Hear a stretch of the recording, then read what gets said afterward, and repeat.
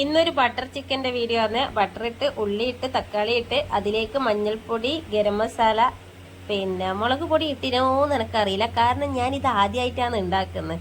അപ്പം അനക്കീനെ പറ്റിയിട്ട് ഒരു കുന്തും അറിയില്ല. ഇപ്പുറത്ത് ചിത്തും ഉണ്ട്, അതായത് എൻ്റെ അനിയൻ ഏച്ചിന്നൊന്നും വിളിക്കൂല, എന്തിനും അനിയൻ തന്നെ. 1 വയസ്സിന്റെ ഗ്യാപ്പേ ഇല്ലു, പക്ഷേ തന്നെ എന്നേ വിളിക്കൂലു.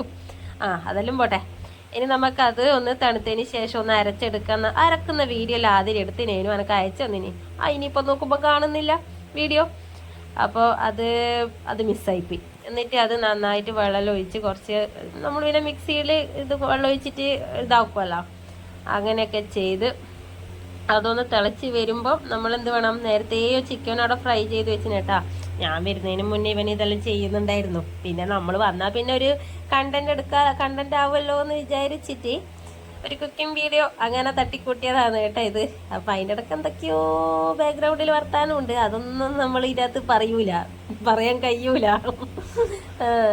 അങ്ങനെ അപ്പം ഇതാ ചിക്കനെല്ലാം എടുത്ത് ഇട്ട് കേട്ടോ. എന്നിട്ട് അത് ഞാനന്ന് ആമീൻ്റെ പായസത്തിൻ്റെ ഒരു വീഡിയോ ഇല്ലേ, അപ്പം അവിടെ നിന്ന് ഞാൻ നേരെ അമ്മേൻ്റെ അടുക്ക എൻ്റെ വീട്ടിൽ പോയി അവിടെ നിന്ന് നേരെ ഞാൻ ഇവൻ്റെ അടുത്തേക്കാണ് കേട്ടോ പോയത്. ചിക്കനെല്ലാം ഇട്ട് എന്നിട്ട് നമ്മൾ എന്തിട്ട് ഈ സാധനം ഫ്രഷ് ക്രീം. അപ്പം ഞാൻ പറഞ്ഞു, എടാ നീ നിർത്തുന്ന് പറയുമ്പോൾ ഞാൻ ഇത് ഒരിക്കലും നിർക്കൂലു, എനക്കറിയില്ല ഇത് ഇത്രത്തോളം അറിയിക്കേണ്ടതെന്ന്. കാരണം എനക്കിത് അറിയില്ല, ഞാനിത് കഴിച്ചിട്ടും ഇല്ല കേട്ടോ.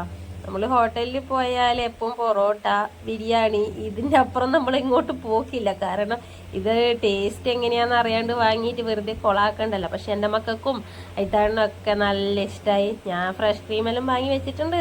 അടുത്ത് നമുക്ക് ഇവിടുന്ന് ആക്കണം. ഏകദേശം ഇതാ പിന്നെ ബട്ടർ ഇട്ട് കേട്ടോ. ലാസ്റ്റ് അവസാനം കുറച്ച് ബട്ടർ ഇട്ട്. ഇനി എന്താണ് കസൂരി മെത്തി, അത് ഇവനിങ്ങനെ പൊടിച്ചട ഇടുന്നുണ്ട് കേട്ടോ. ഈ സാധനം ഞാൻ വാങ്ങാൻ മറന്നുപോയി, ഇപ്പോൾ ഓർമ്മ വന്നത്. സാരമില്ല, അതില്ലെങ്കിലും നമുക്ക് കറി വെക്കാല്ലേ. എന്നിട്ട് അണ്ടിപ്പരിപ്പും ഉള്ളിയെല്ലാം വറുത്ത് അതിലിട്ട് ഇവനിപ്പുറത്ത് നെയ്ച്ചോറാക്കുന്നുണ്ട് കേട്ടോ. അത് വേറെ കാര്യം. അതും കൂടി